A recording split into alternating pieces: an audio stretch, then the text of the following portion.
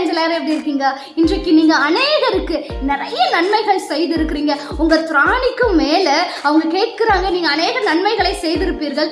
ஆனா அவர்களிடத்துல இருந்து உங்களுக்கு கிடைக்கிறது வெறும் ஏமாற்றம் தானங்க. ஒரு சின்ன அன்பு எதிர்பார்ப்பீங்க, ஆனா அந்த குட்டி அன்பு கூட உங்களுக்கு கிடைக்காது. அப்படிதானங்க? இன்னைக்கு ஒரு அழகான ஒரு வசனம் உங்களுக்கு நான் சொல்றேங்க. நடிக்க தெரிந்தவர்களை உலகம் நம்பும், நடிக்க தெரியாதவர்களை உலகம் பகைக்குங்க. இன்றைக்கு அநேகர் உங்களை பகைக்கிறார்கள் இல்லையா?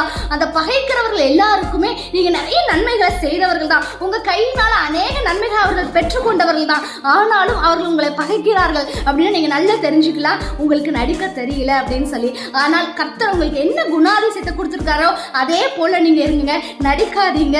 நீங்க இதே போல இருக்கும்போது ஒரு கூட்டம் உங்களை நேசிக்கும். ஆமே, அதன்படி கர்த்தர் உங்களை நடத்துவாருங்க. நடிக்காதீங்க, நீங்க எப்போதும் போல ஒரிஜினல் கேரக்டராகவே இருங்க. ஆமே. God bless you.